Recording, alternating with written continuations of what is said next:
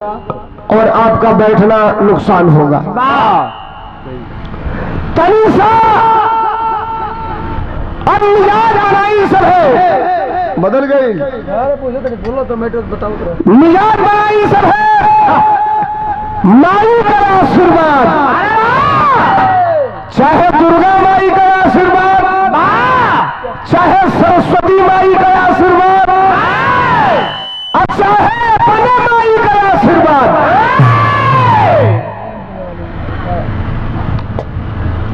अगर पुत्र पर पड़ गई, पुत्र पर छत्र छाया माया आशीर्वाद पर, तो हमेशा अगर विजय हुई, जंग में हमेशा फतह करी। नौजवान बैठे हो, बुजुर्ग बैठे हो, 2 मिनट में इनका आपने लोग गीत सुन लिया, 4 मिनट में, 5 मिनट में। हम आपसे निवेदन करेंगे कि 10-12 मिनट मुझे केवल दे दीजिएगा। फिर उसके बाद उधर का नंबर, फिर मेरा जब नंबर आएगा, अगर बैठे रहेंगे तो एक घटना सुनिएगा, एक कांड अपने ही बिहार का, जो पूरे विश्व में IAS, PCS, रिटायर्ड जजेज लोगों के द्वारा मुझे कह के ये कहा गया कि धर्मेंद्र सोलंकी जी, आप इस घटना को मंचों पर भी गाया करिए जिसे अब मैं गा रहा हूं, लेकिन उसे इस पारी में नहीं, दूसरी पारी में सुनाऊंगा। एक छोटा सा प्रसंग निवेदन है आप सबसे, सुनेंगे तो थोड़ा आध्यात्म की चर्चा हो जाएगी। और आज के दिन, जिस दिन मैं विरहा गा रहा हूं, आज के दिन का भी प्रमाण मिल जाएगा। आपने हमें लिखाया था 28 तारीख को, 12:15 हो गया, तो अब हो गया 29 तारीख। तो 29 तारीख के डेट में भी इस विरहा का मैं आपको प्रमाण दे दूंगा। पढ़े लिखे लोग बैठे हैं, विद्वान लोग बैठे हैं, भाई बहन बैठे हैं, जरा 2 मिनट इस विरहा की भूमिका को सुनिए और विरहा के सारांश को सुनिएगा। भैया कभी चाय मंच पर रहवा दिया लोग। आओ मास्टर, करा से कैसे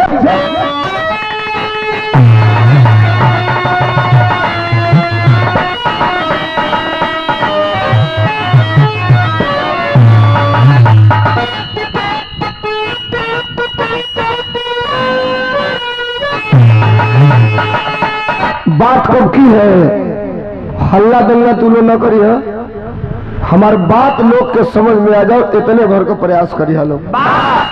रोज भी रहा, रोज गाओ भैया, शरीर थकल या भाई 5 तारीख लगाने के है, काम चल जाओ, लोगों के समझ में आ जाओ, ये इतने से मतलब रखिए लोग। अब बच गया, बच गया, अरे महाभारत का डंका, और लड़ने चले बहादुर बनका, सज के कुरुक्षेत्र, सज के कुरुक्षेत्र में चला है बर्बरी।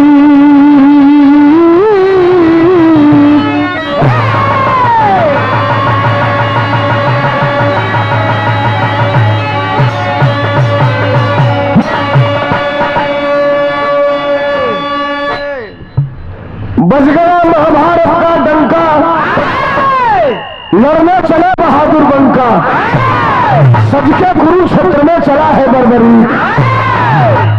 जरा समझिएगा मेरे बात को। महाभारत के जंग की शुरुआत हो चुकी थी, और महाभारत के जंग के शुरुआत के बाद सबसे ज्यादा कोई दुखी था यहां बैठने वाले लोगों, तो एक आदमी जिसका नाम महाभारत में कुंती बताया गया। अर्धरात्रि को, रात्रि को 12 बजे के बाद उठती है, सफेद साड़ी पहनती है कुंती, और आती है कहा अंधे धृतराष्ट्र के पास और गंधारी के पास, हाथ जोड़ करके कहती है कि माते प्रभु, युद्ध को रुकवा दो, नहीं रुकवाओगे तो अनर्थ हो जाएगा, दोनों तरफ से अपने ही लोग मारे जाएंगे। तो भैया न गंधारी बोलती है, न धृतराष्ट्र बोलता है। रात को रोते हुए वापस कुंती वहां से अपने घर को लौट रही है, रो रही है, तब तक पीछावा से वो मेहरारू आके कुंती का कलैया पकड़ लेहलस। अब कुंती पलट के देखलस, एक औरत है, पूछ रही है तुम कौन हो, तो कहीं मैं तुम्हारे खानदान की बहू हूँ। कुंती कहीं मेरा कलाई क्यों पकड़ी, तो उस औरत ने कहा कि तुम रो क्यों रही हो। कुंती कलश ए बहिनी, अरे काल महाभारत हुई हो, दूर लड़ी है, हम रो कैसे है। एक तरफ 18 अछौड़ी सेना लेके कौरव खड़ा हुआ, एक तरफ खाली हमारे 5 बेटा पांडव लड़िहन। रो कैसे ही जगह हमार बेटा युद्ध में मार गई है, या हमार बेटा युद्ध में हार गई है, तो हम जियते जी मर जाए। अब मेहरुआ कहलस कि हम तो से वादा करत हई, न तहार बेटा हरिह, न तहार बेटे मरिह।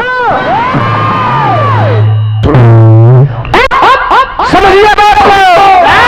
उस औरत ने कहा मैं वादा करती हूं, न तेरे बेटे हारेंगे न तेरे बेटे मारे जाएंगे। तो कुंती कहली कैसे न करे, वो हमारा पे छोड़ दो, हम वादा करत हई, तू मेहरारू अपना घर है, कुंती अपना घर है, समझ भाई। तो जो मेहरुआ वादा कैले रहे, वो करे वो लड़का 12 साल का अपने बेटवा के सवेरे नहवावत या धोआवत या तैयार कर दिया, तरफ लाग गई। कौन तरफ हमारा सब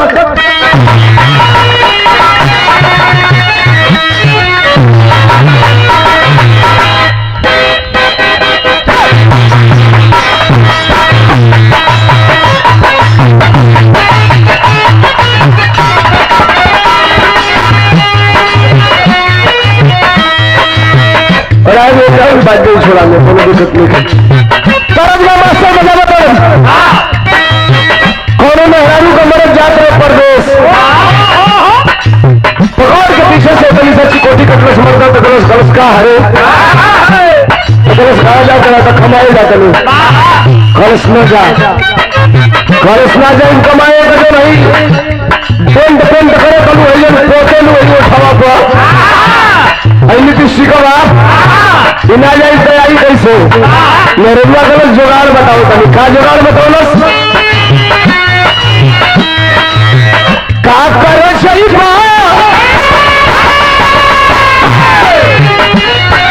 अरे का करो सही कमाए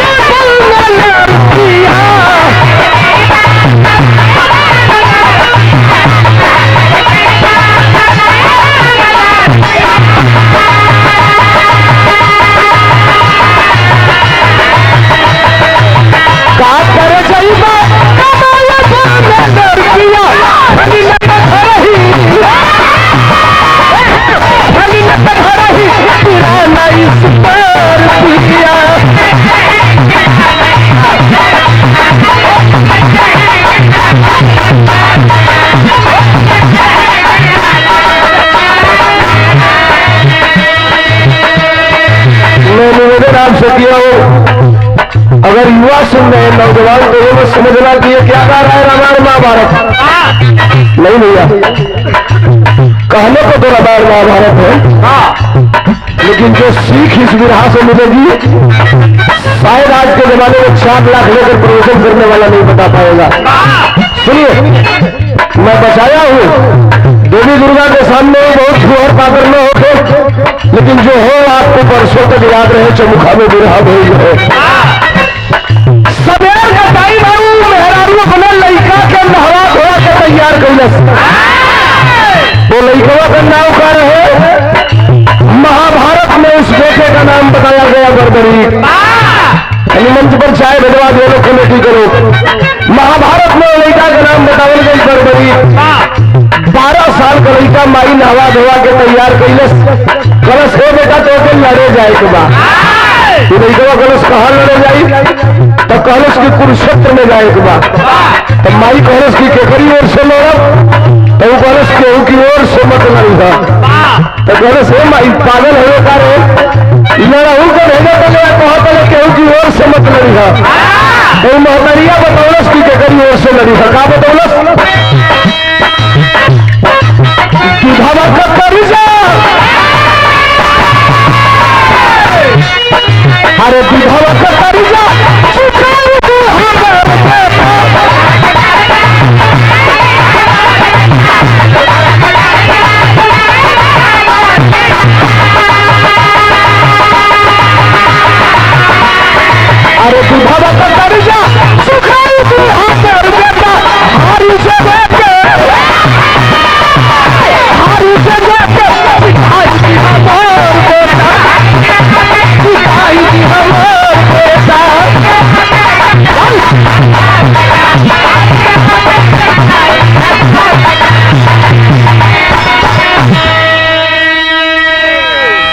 माई अपने बेटा 12 साल के बर्बरीक से कहलस कि ए बेटा कुरुक्षेत्र में चले जाओ, 2 टीम होगी, एक तरफ 18 छोरी सेना लेकर के एक बड़ी टीम होगी, एक छोटी टीम होगी, तुम जाके चुपचाप खड़ा हो जाना, लड़ी हो मत केहू के ओर से, केहू को से मत लड़ी है, जाके खड़ा रही हो, लेकिन जवन गोल हारे लगी, जवन टीम हारे लगी, वही की ओर से खड़ा होकर लड़े लगी हो।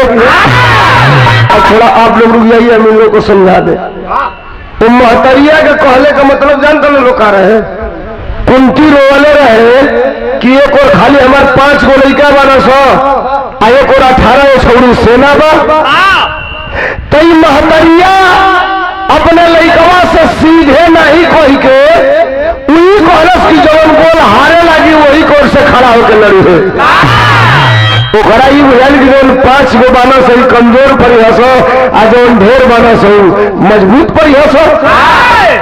अब जरा गौर करिए, ये जो लड़का चला था युद्ध में जिसका नाम बर्बरीक था, उसके पास एक ऐसा बाण था कि एक ही बाण से पूरे महाभारत को खत्म कर सकता था।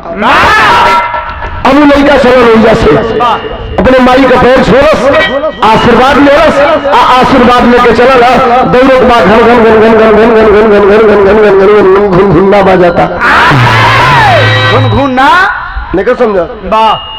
पहले माई काकी चाची मेला हटिया बाजारे जा समीरा, तो छोट लड़का घरे रहो सो तो गुड़ही जिलेबी लकठा ले आवो सो, लड़कन खातिर डाड़ा खरीद के ले आवो सो। डाड़ा मने डाड़ में तो कर धन हम तू बुझत नहीं जा, रौरा सबे बुझत नहीं ना, इधर कर धनिया पहनल जाओ। आपके का कहल जाला होगे, डाड़ा कहल जाला। तो पहले छोट लड़कन के पहिरावल जाओ, अब कहा के डाड़ा पहिरे तक किनाते नहीं खे। एक चीज और है, माई का की डाड़ा पहिरावा सा तो डाड़ा में तुमको कौड़ी गुज जा सा, वही बीचों में लम्हर के एगो रहे। इनकी कहले का मतलब का आप समझा दे। वही डड़वा में कौड़ी रहे, कौड़िया के बाद को घुनघुन्ना रहे, तो कनी घड़ी लड़कन के जन्मते जोकी का, टीटी का, अमूल का, हई अंडर बियर अंडर बियर पहनावल जाता। पहले 5-6 साल ले लड़का कमलेश तोरे नियर उघारे निघारे घूमा सा, 5-7 गो लड़का दुआरे पर हो, 5-6 साल का लड़का जंगिया नहीं पहिरा सो, और वही में 2-4 गो सारे इतना बिगड़ा रहो सो कि जंगिया तो पहले रही रहो सो, खाली पकड़ के मीसा सो 24 घंटा। हाँ, छोटका लड़कन के कई गो आदत हो गई तनिको दाएं बाएं पाँव से तो पकड़ के मिसल चालू कर। रुका रुका रुका रुका, माई काकिन से बढ़िया डॉक्टर लड़कन के केहू ना होला। तो जब मिसा सो तू बराइलो चालू हो जा सो, तो तू कहे के मिसा तो तू दुबरा जीवो करे दे जुरा जाई। माई काकी का करो सो कि सोनारे के दुकानी पे जा सो, एगो चांदी का सोनारे से छुन्नी बनवा के और वही डड़वा में एकदम टीप के वही जगह ये बांध दो। लो ये बुलेट प्रूफ हो। कौन प्रूफ हो? Bullet proof. तो पहले बार तो मुलायम पाओ सो तो मिसा सो, जब ऊपर लटक जा जब पकड़ो सो तो टाइट मिले, 1 बेर 2 बेर 3 बेर, अब कड़े खड़रा मिले तो बस 2-4 बेर की बाद आदत छोड़ दो, आदत छूट जा। ये जुगाड़ रहे मनो। एक आदमी इंग्लैंड से आया मोटरसाइकिल लेके हिंदुस्तान में, उसकी मोटरसाइकिल बिगड़ गई, विदेशी मोटरसाइकिल थी, यहाँ घूमा पूरा घूमता रह गया। मिस्त्री तो मिला सो, कहो सो भाई पकड़ तो मैं लिया कि आपका ये सामान खराब है, लेकिन ये इंडिया में मिलेगा नहीं, जहाँ की गाड़ी है वहीं मिलेगा। तो वो सोचे कि साला इंग्लैंड जाऊंगा, सामान लेके आऊंगा, बनवाऊंगा, फिर लेके जाऊंगा, तो जितना का गाड़ी बा उतना का पैसा यही में लग जाये। अब बड़ा चिंता में पड़ल तो मिस्त्रिया करस घबरा मत, हमर लगे हुए ऐसा जुगाड़ बा, जुगाड़ कि हम लगा दे तो गाड़ी लगे इंग्लैंड चल दी। मिस्त्री जुगाड़ लगा देला सो इंग्लैंड लेके चल गई। इंग्लैंड गई तो इंग्लैंड वाले पूछे सब इंडिया में क्या मिला तुमको देखने को? व्हाट इज जुगाड़? अपने के यहाँ के लोग से पूछे व्हाट इज जुगाड़, ये जुगाड़ क्या है साला? इंडिया में जुगाड़ लगा दिया, हम इंग्लैंड चले आए। तो जुगाड़ किस चीज का नाम है? इंग्लैंड का बुझियो से जुगाड़ के कहल जाला। नौजवान 12 साल का नौजवान इसलिए कह रहा हूं, तरुणाई अवस्था हमारे वहां 18 साल के बाद वयस्क कहा जाता है, लेकिन 12 साल का वो नौजवान चलता है अपने मां का आशीर्वाद लेके अंतरा के लाइन में। कैसे मास्टर?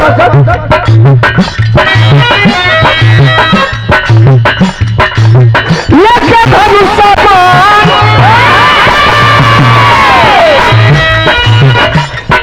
अरे लेके धनुषा चल भाई लगा लटरिया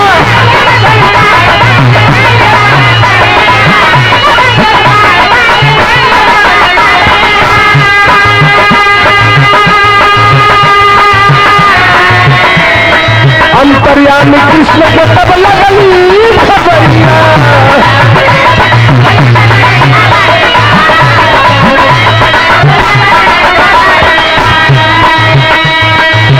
आई तो गई झकझोर कुरुक्षेत्र बेटा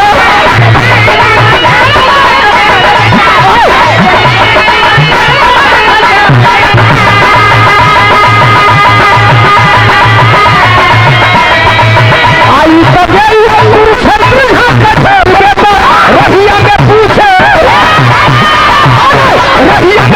जात पाल छोड़ने बेटा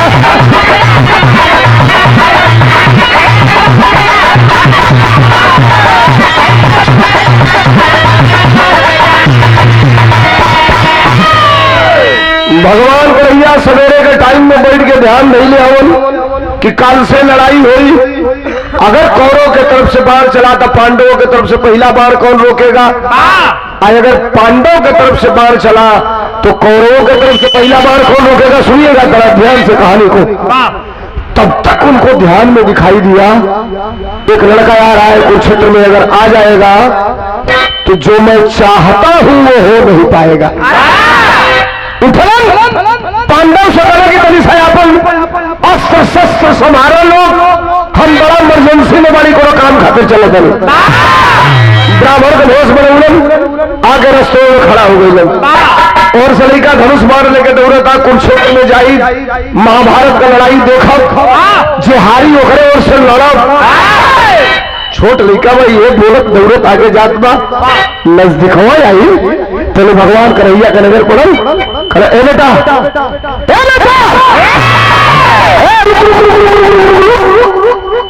रुक गया नौजवान। ब्राह्मण रोक करके हाथ जोड़ करके प्रणाम किया, कहिया कहा कि बताइए महाराज। कल कहाँ जा रहे हो? कहा कुरुक्षेत्र में जा रहा हूँ। कल क्या करने जा रहे हो? तो कल सिलोने जाता नहीं। कल बेटा भाग रे बेटा भाग। कलश का है कहो इतना बड़े बड़े वीर हो सब धनुष पर बाण चढ़ा के चढ़ी है सब तो बड़वा की हवा से उधिया के कई किलोमीटर गिर गए। और जो इतनी बतिया भगवान कन्हैया कहलो जर्सी साल देख ले लोग ना छोटका जर्सिया जो रहला सा जो कहलो तो रहेगा खुरियाई खुरिया के डांट के आवाज देलस करो खबर ना के बाण चलाई अब पूरा महाभारत खत्म कर गई। भगवान को नहीं गलत चढ़ गया बेटा दाव एक बार से पूरा महाभारत खत्म कर दे कलश का दे तो कल हम कैसे जानत कि एक बार से महाभारत खत्म कर दोगे। विराह का तरज बदल बोलते हम तरज हमारा सब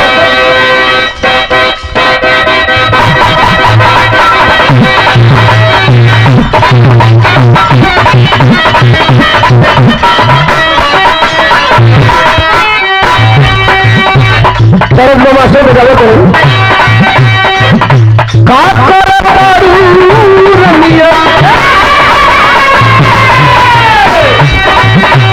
अरे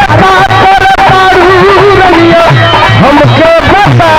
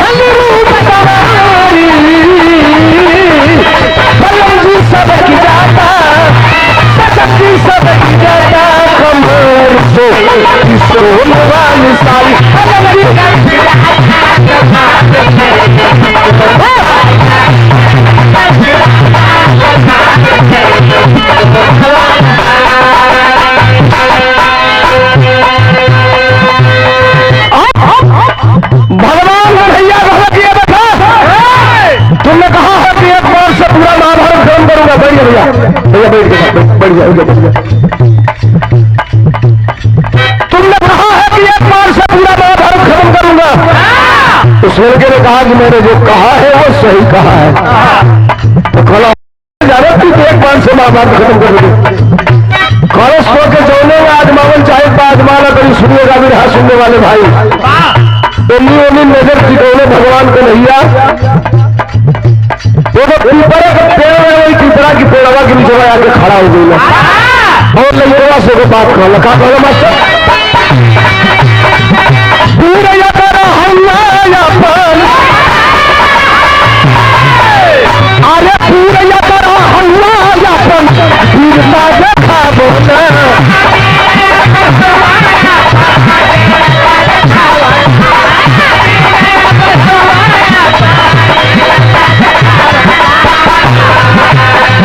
एक मिनट अगर वीर हो तुम कह रहे हो कि एक बार से महाभारत खत्म कर दोगे तो एक काम कर दो तो हम जानेंगे कि तुम एक बार से महाभारत खत्म कर दोगे।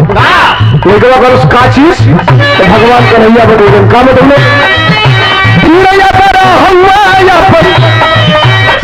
वीरता देखा बोला पिपरा का पतैया पिपरा का पतैया 500 सदा बोले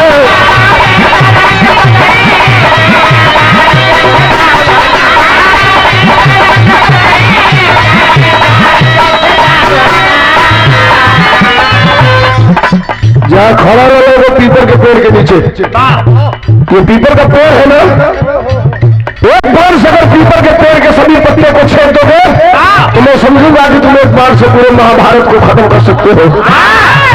जो भगवान कन्हैयाई गतिया कहला पहले निकलस तर्कस से पर चढ़ा बाण पर धनुष पर बाण आंख मूंद के मंत्र जपलस और मंत्र जप के बाण छोड़ दिलस। अंजाम का निकलस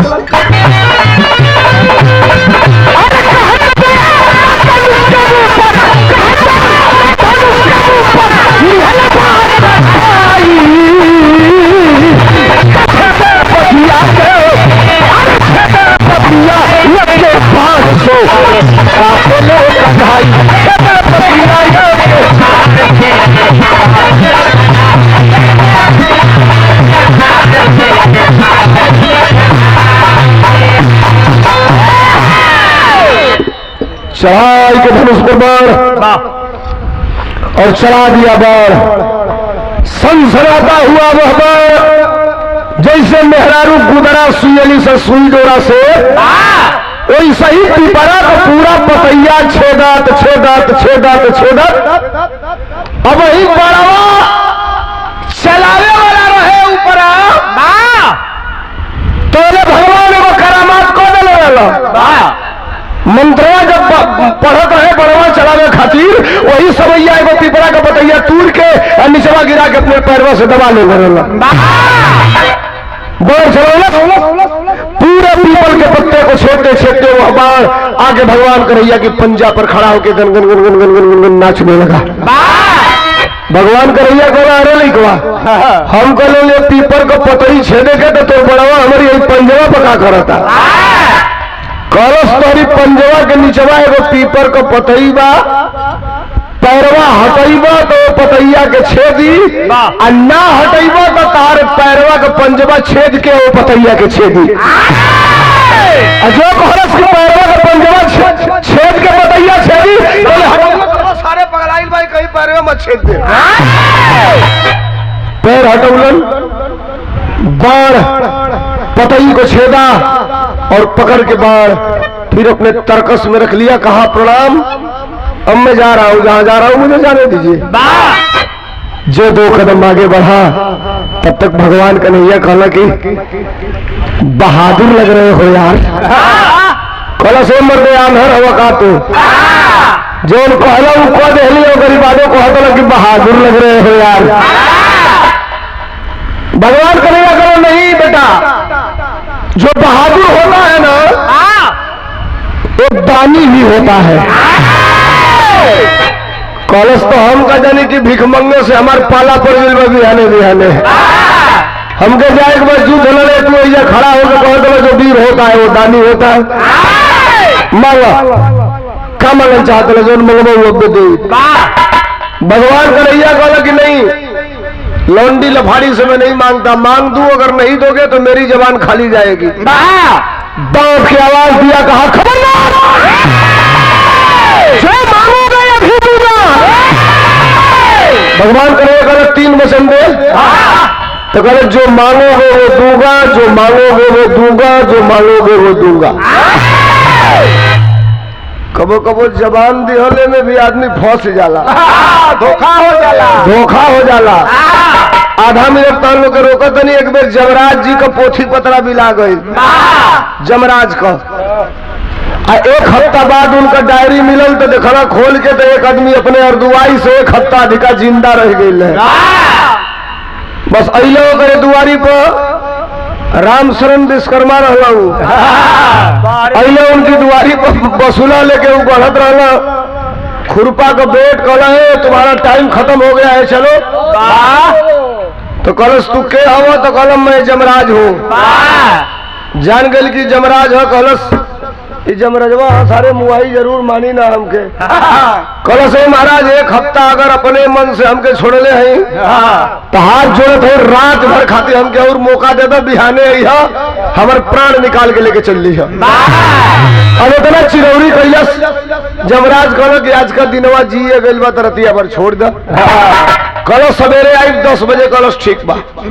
जमराज हर गइल गढ़ही में से गइल, पियर की माटी खोन के लाई ले खाची, उनमें 2 अजरी भूसा डलस, उनके भे के सान के आज जमराज का एगो मूर्ति बनौलस।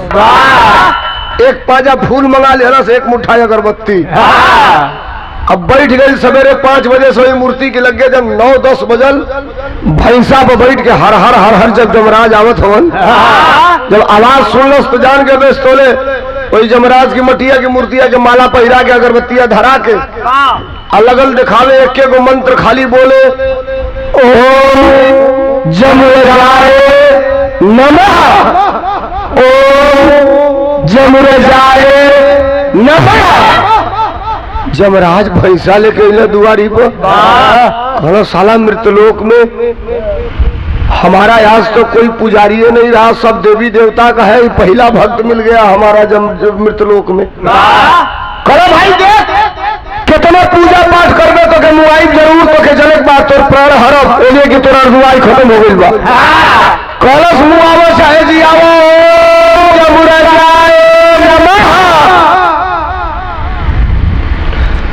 जमराज कहला कि भाई देख तोरे भक्ति से प्रसन्न बानी, जो मांगे के बाबू मांग ले, लेकिन मौत छोड़ के मरे के तो के जरूर बा। तो कलश हमको 1 वरदान नहीं चाहिए, 3 वरदान चाहिए। कलश तीनों मांग ले। कलश ना हमके वरदान ऐसा 3 गो कि हम मांगत जाइए वो वरदान पूरा हो जाओ। जमराज कहलो कि चलो प्राण तुम मंगबे न करी, अरे रुपया पैसा सोना चांदी मांगी, भक्त है जो मांगी वो दिया जाए। करो चल चल चल जो मंगो तो जो मांगत जाए वो पूरा हो जाए। जो कहल कि जो मांगत जाए वो पूरा हो जाए। 3 वचन से ले लेलस, सोने खराब हुई और जो मूर्तिया का पूजा करत रहे मरलस 8-10 लाख नहीं के हचा खचा। जमराज कहल तो साला भक्त का डबल रोल देखने को मिल रहा है।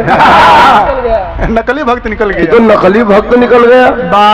अच्छा जबान हार गई बनी, करो चल बोल मांग मांग का मंगवे मांग, 3 गो मांग तो प्राण हरत तो के मुआई। कहलस पहिला वरदान हम गई दा कि जने भाई सवा पर तू बैठ के आइल वाला भाई सवा पर भैंसवा का जो दोनों संघिया सिंहिया 2 और बात वो दोनों सिंहिया एक में सट जाओ। कॉले वाला जो मांगे जे वो पूरा हो जाई, बस भैंसवा का दोनों सिंहिया एक में सट गई। जमराज सोचना सारे कहीं चोखी सिंहिया से मरवाई तना हमके ना तो बड़ा गंजनीय हो जाई। कहो तू सरका मान तो 2 मिनट ले हौसल करे काय हंसत ले करे तू सरका बरदानी दा कि तू उड़ के जाके वही सिंघे पे बैठ जा। अभी कोई जो कहवे तो पूरा हो जाई। जमराज उड़ला दोनों सिंह एके में ज्वाइंट दिया चोखार भइल है। आया के जमराज वही पे बैठल एकदम होलवे को सिंह पड़त यही सारे। जब भैंसा की मूड़ी पर वजन पड़ल तो 2 बेर हेंगा झपिलौलस मूड़ी भैंसा। अब भैंसवा जितने मुड़िया झपिलावे उतने जमराज भीतर हो जा, सिंह अंदर घुसत जा। अरे खिखी हो से हो। हाँ उतना उनका मजा आवे। उनके न तहरो में जाई तो के मजा काहे घबरात है। अब भैंसा के सिंह ही पर वजन बा, भैंसा हेंगा झीलावे। अरे भाई तनी टाइटो रहे तो 2 बेर झपिला दे तो घस दे 1 इंची भीतर घुस जाओ, जमराज 1 इंची नीचे चलिए वो। आधा सिंह हल गई भीतर। अब जमराज कहो परान जाई कि तब परान जाई। कहो सारे तिसरका मांग जल्दी। कहो तिसरका ही वरदान दो कि फिर सिंह दोनों जहां जहां रोल हो जाओ।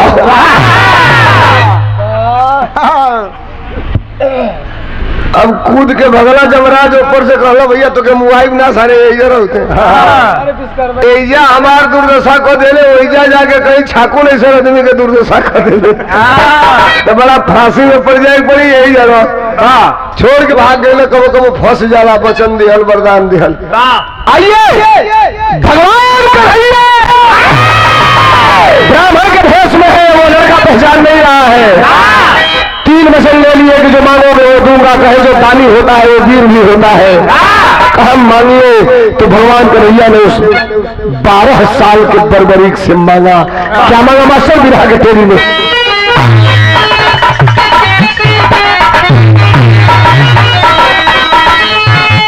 अरे पीरताई जिसकी धोखे में फंसी, जंग के बलवेदी पर मांगे शीश कन्हाई।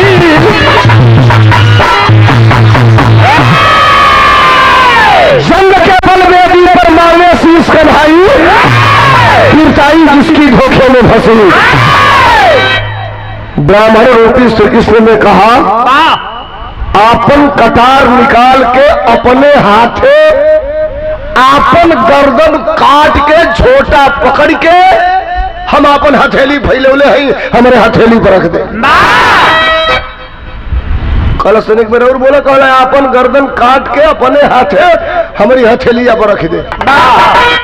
जो कहलन मुड़िया नीचे कैलस, हाथवा दहिना पीछे करके अपने तरकस से बाण निकाला था। भगवान कन्हैया कहलो सारे ही बाण चलाई का अभी लड़कवा आगे बढ़ा था। भगवान कन्हैया आएंगे पीछे हो जाता। अंतिम तरज लाग गई। कौन तरज? हमारा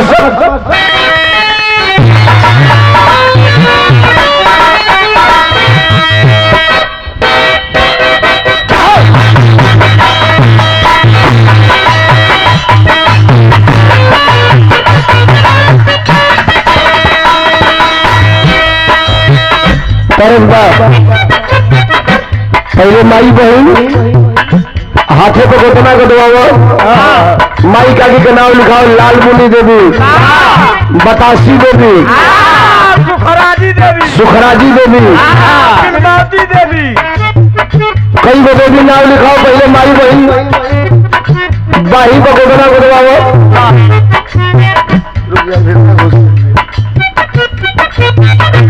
इतनी घड़ी नौका लड़का घटना करवाओ तला सब। माई बहन का ही पकड़वाओ सब। नौका लड़का है जा करवाओ तला सब। है जा कोई को तो सारे ऐसे जगह पकड़वा ले तो सके देख ले तो दिन में खाना खाए के मन ना करे। एगो मेहरानू को घटना करवाओ तो कोटे वाली कुछ लिखाई तो कर उसकी लिखाई का कहलस मास्टर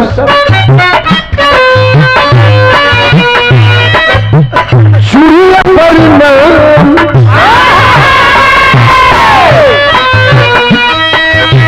चूड़िया परिणाम हमारे सड़ियों परिणाम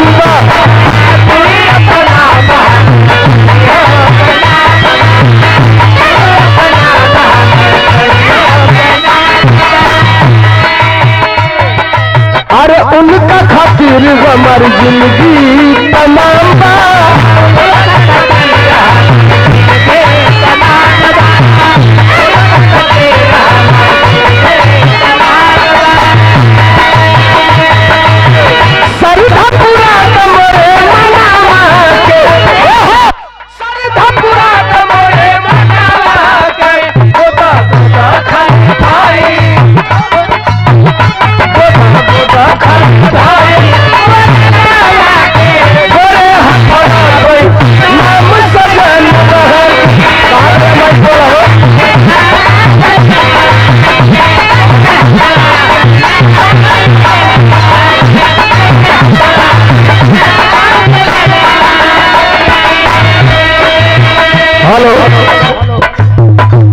खेला भैया छोरी पकड़ के गुजर गई। बुरहान दिन दौर में है बड़ा मिजाज से पंच बैठो रहा तो मिजाज क्लियर नहीं दौड़ हो गई। भगवान करिया उस लड़के को देखते और देख करके सकते में पड़ जाते हैं कि गड़बड़ हो जाएगा। सूर्य विवाह का मेन वजूद आपके सामने है, 2-3 मिनट में विवाह खत्म होगा। अंजाम का निकल अरे ये न कहा भैया धनुहा पकान हो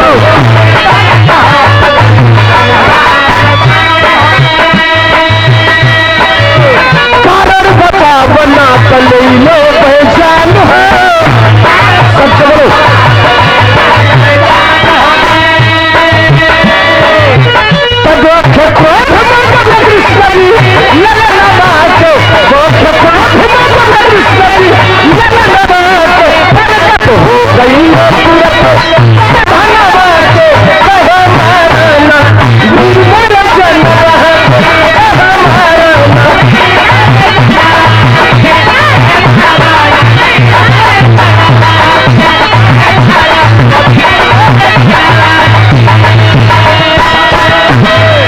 और समझिए मेरा बात को मैं उत्तरों भगवान ब्राह्मण रूपी भगवान कन्हैया ने कहा कि अगर के नहीं देना है तो मत दो, लेकिन धनुष पर बाढ़ चढ़ा करके जो तुम कर रहे हो गलत कर रहे हो। 12 साल के लड़के ने जानते हो क्या बोला? कहा कि प्राण जाई पर वचन न जाई, मैंने जो कहा है उसको पूरा जरूर करूंगा, अपने वादे से पीछे नहीं हटूंगा। लेकिन हमें शंका है कि जिस भेष में जिस रूप में आप है वो असली नहीं है, आपका रूप कोई दूसरा है। हम बाढ़ चलाने जा रहे हैं, बाढ़ चलेगा, असली हुक्म तो हर गर्दन ना कटी है, नकली हुक्म तो हर गर्दन कट जाए। अच्छा हो धनुष पर बाढ़ भगवान कन्हैया कहला कि देखो तनी महाभारत भइले से पहले ही हमारे मुड़िया काट देला कर गई तो हम पर गए मानी पांडव के जितावे के तो वही हम ही मर जाए। अब वही जो ही मन तो पढ़त बात 1 से 2 सेकंड में हर हार नीचे से शरीर बदल के भगवान कन्हैया असली भेष में आ गई। आंख खुल्लस बाढ़ चलावे के तब तक देखता है साक्षात भगवान श्री कृष्ण मुरलीधर कन्हैया चक्र सुदर्शन भारी बांसुरी बजावत खड़ा है। बाढ़ या धनुष पटक देलस, दौड़ के हाथ जोड़ करके मुड़िया पटक देलस उनके पैरवा पर। कहलस साहब हमसे गलती हो गई, क्षमा करिएगा, जो हमारे और आपके बीच में कमिटमेंट हुआ था हम उस वादे पर खड़े नहीं उतरे, लेकिन 1 मिनट का देरी नहीं करूंगा। निकलस कतार और निकाल करके अपने गर्दन पर सटाया, पकड़ा अपना झोटा, आंख बंद किया, कहा साहब आपने कहा था ना कि अपना गर्दन काट करके दे दो, मैं अपना गर्दन काट के देने जा रहा हूं। तब 2 सेकंड के बाद कहा साहब मैं अपना वादा तो पूरा करने जा रहा हूं, लेकिन एक मेरा सवाल है उसका जवाब आप दे दीजिए, नहीं तो मेरी आत्मा भटकेगी। भगवान कन्हैया ने कहा कि सवाल करो।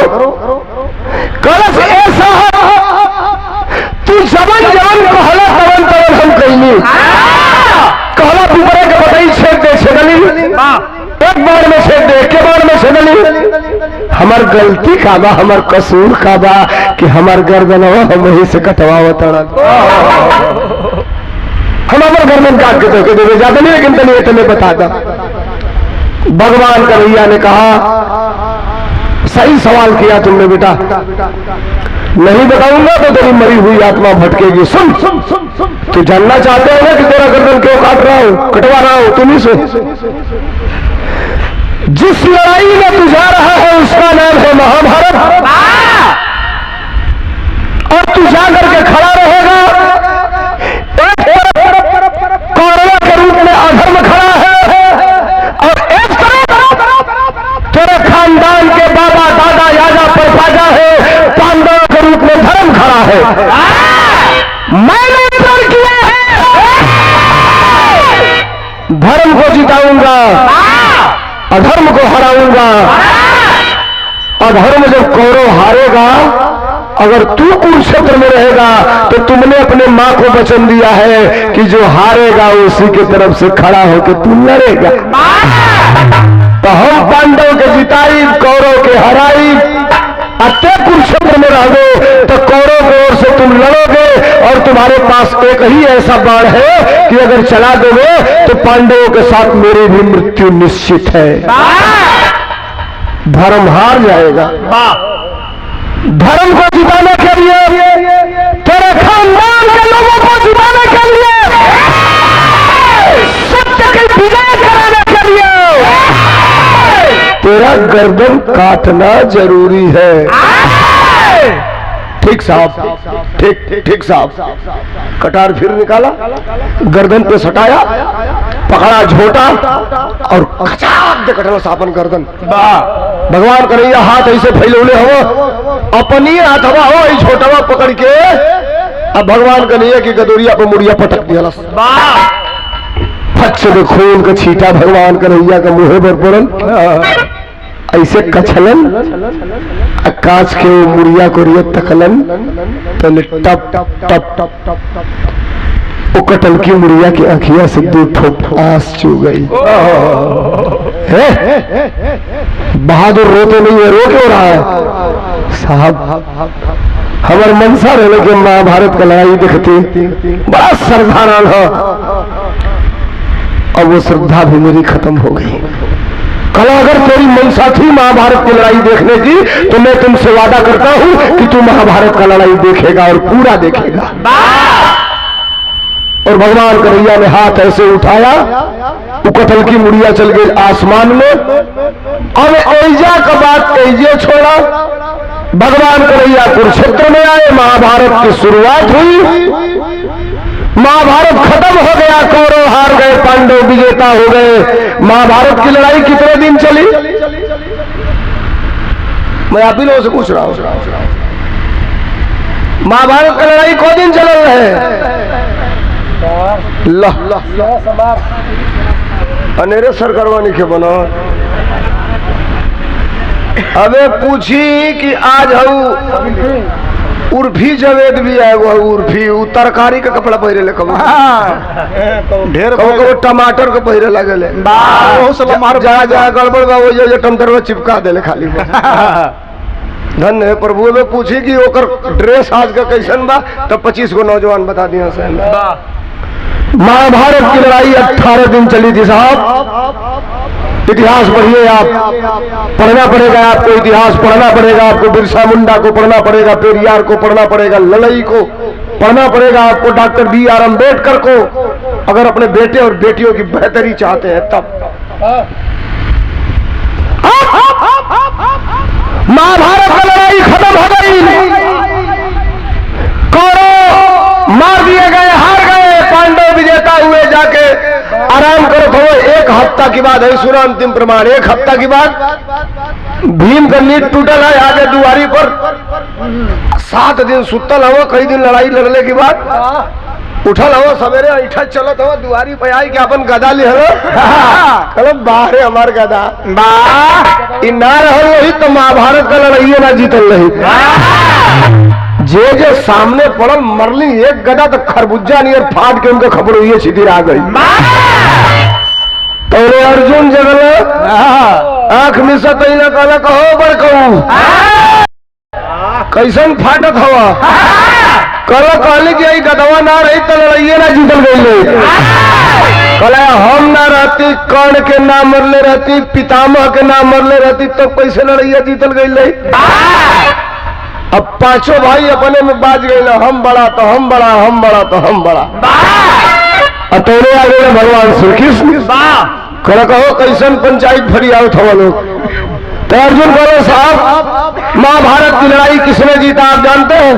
जिसको जिसको आपने कहा उसका उसका गर्दन हमने काटा। बताइए अगर हम नहीं रहते तो महाभारत की लड़ाई जीती गई होती? अर्जुन को अलग, सॉरी भगवान कन्हैया को अलग, अर्जुन तो अकेली लगा तका कि तुम्हारे चलते महाभारत का लड़ाइया जीतल गई। अब तैयारी गर्म हो गई, कल मर ही हवा ही तो नहीं बतियावो, कहो तो लगी तुम्हारे चलते ना जीतल गई, तो क्या चलते जीतल गई? यानी बताओ ना क्यों लड़ाइया क्यों जीतल? गुस्सा में लाल हवा भगवान कन्हैया से पूछो तो राग खड़ी लाग गई, कैसे मास्टर?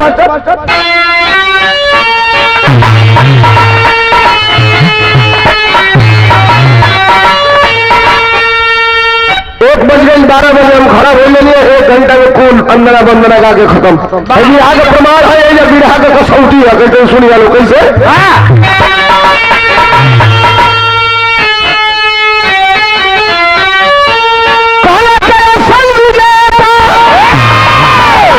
मेन प्रमाण बचल है काका, बस 1.5 मिनट मेन प्रमाण बचल है बिरहा का। तनी सुनिया लो कैसे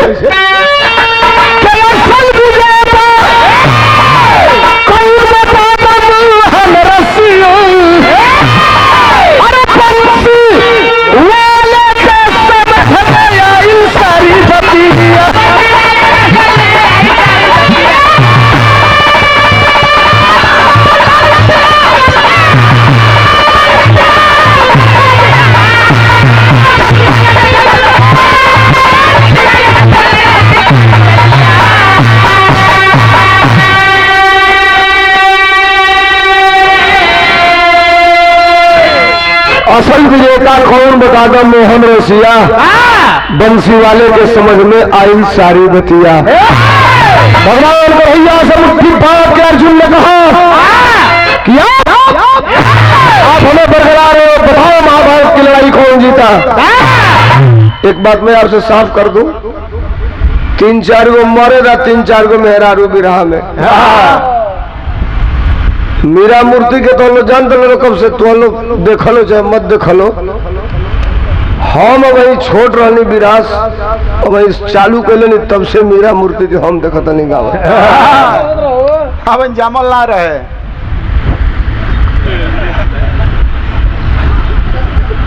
नेता आदमी है बहुत, वो जला ना जा पाई ना। अरे मोछिया दरिया कैमरा वाला से भैया हाई यूट्यूब वाला जानते का करे लो, बढ़िका ना डाली लो, बौरका के तनी से काट के हो बस 15 सेकंड का रील चलाई लो। एक दिन का जानी कौन डाल दे रहे कि सुरेंद्र यादव ने दुखेते दुका कर दिया, भगवान मालिक पर देख के भागने नहीं जा। भगवान भैया सुनिए सर, 1 मिनट सुनिए, बिरहा का मेन प्रमाण है। अर्जुन ने कहा कि बताओ कौन लड़ाई, इस लड़ाई को कौन जीता? भगवान कन्हैया ने कहा अगर जानना चाहते हो महाभारत की लड़ाई कौन जीता तो हम बताई तो झूठ लगी। एक आदमी बता सकेला, कहला के बताई तो भगवान कन्हैया बताइए का बताइए गवाही दई तुम्हारे खानदान हो,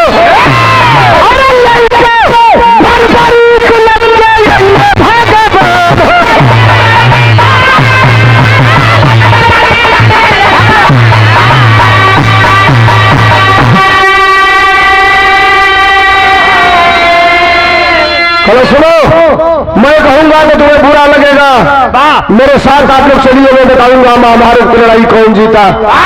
आगे आगे भगवान कन्हैया, पीछे पीछे ही 5 भाई पांडव आई लोग कहा फिर वही कुरुक्षेत्र में।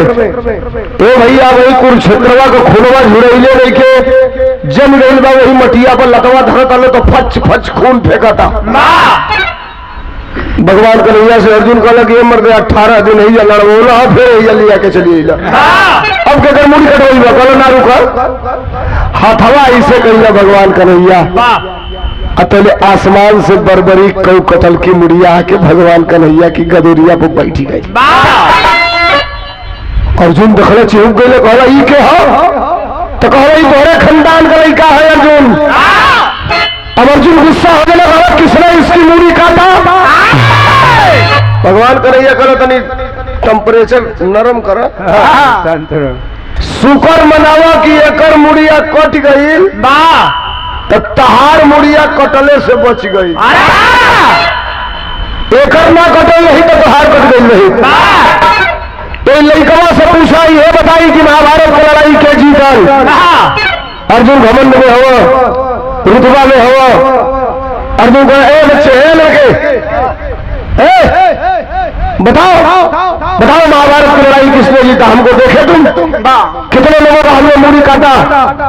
हजारों लोगों का मूड़ी काटा हो। अगर 10, 20, 50 को अगर जानते हो तो बताओ मैं किनका किनका मूड़ी काटा। लड़का बोलते नहीं कि मुड़िया। अर्जुन जी कहला कन्हैया से भाई मर्दवा तो नहीं काटल मूड़ी धैले वाला सारे हमें पराने नहीं खेई बोली। कहले मर्द पूछले नहीं तनी प्यार से पूछा तो बोली। अर्जुन कह रहे कि बेटा बताओ महाभारत की लड़ाई में मैंने कितना गर्दन काटा, किसका किसका काटा। मुड़िया का तनी सा मुहवा खुलल और लइकवा कटल की मुड़िया कहलस कि तोहू रहला का महाभारत की लड़ाई में। अरे बाप रे बाप, अर्जुन का चुरकिए खड़ा हो गई। लड़ाई मुड़ी कट्टा सारे कहा था कि तू रहला का महाभारत की लड़ाइया में। निखरना अपने ताकत से बड़ा धनुष पर चढ़ावे लगा। भगवान कन्हैया करे 1 मिनट अर्जुन, मुगालते में मत रहिया, भरम में मत रहिया, बे मुड़िया उड़ी आ टकरा के तार खबड़ोइया फोड़ दे तो अगर कुछ न कबई। प्यार से पूछा ऐसे नहीं बताई। अर्जुन फिर कहला अच्छा चलो मैं नहीं रहा, तुम महाभारत में इतने लोगों का गर्दन कटा, इतने लोग मारे गए, किसने मारा। कहा कि ये सवाल आपने सही किया, हमसे पूछ रहे हो तो हमने सिर्फ एक चीज देखा महाभारत की लड़ाई में, सिर्फ एक चीज। क्या बताओ? कहस की कोई नहीं मारा, अरे कोई नहीं मारा किसी को न पीछे। कहस के सगर महाभारत है कन्हैया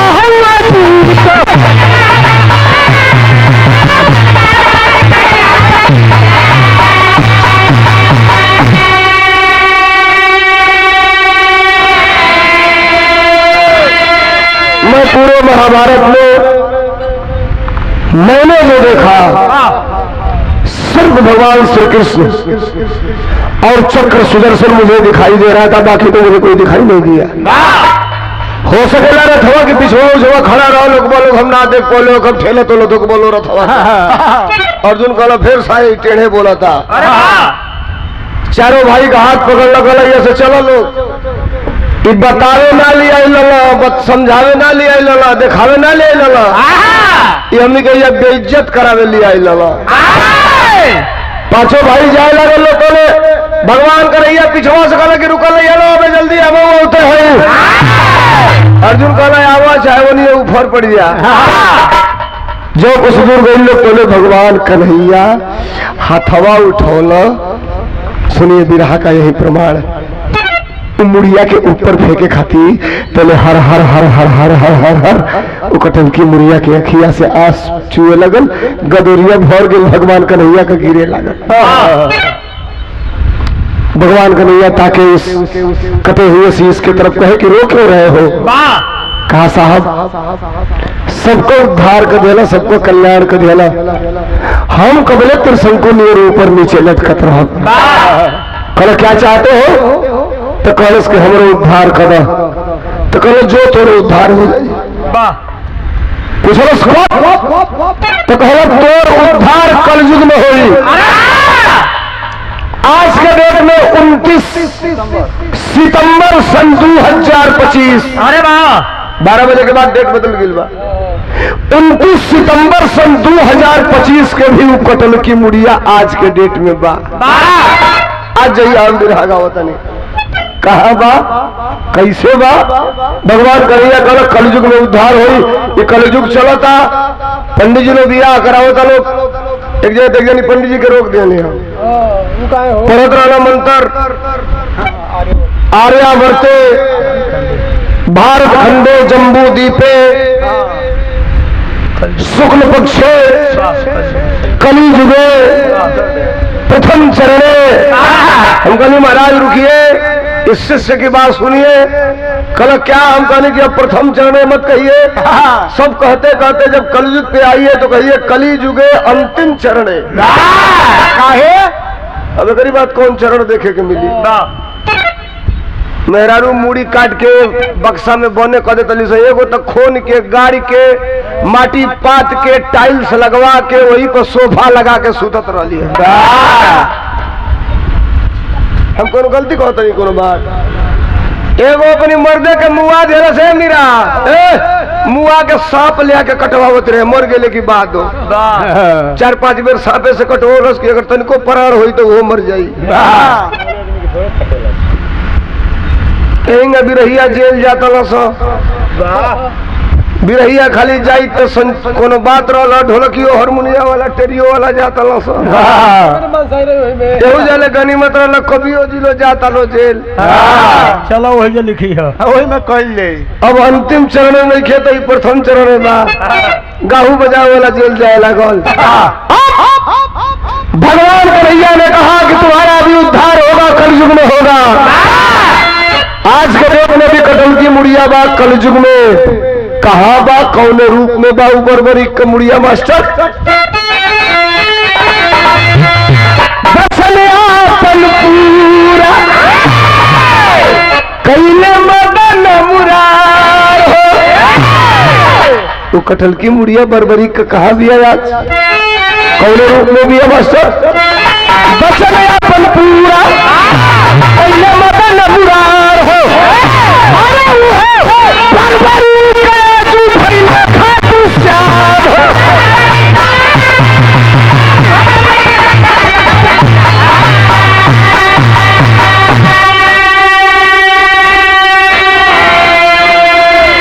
उसी भारत के अंदर जैसे हम बिहार में है, राजस्थान में एक जगह है जिसका नाम है सालासर, और उस सालासर में एक मंदिर है जहाँ कटे हुए शीश की कटे हुए मूड़ी की पूजा होती है।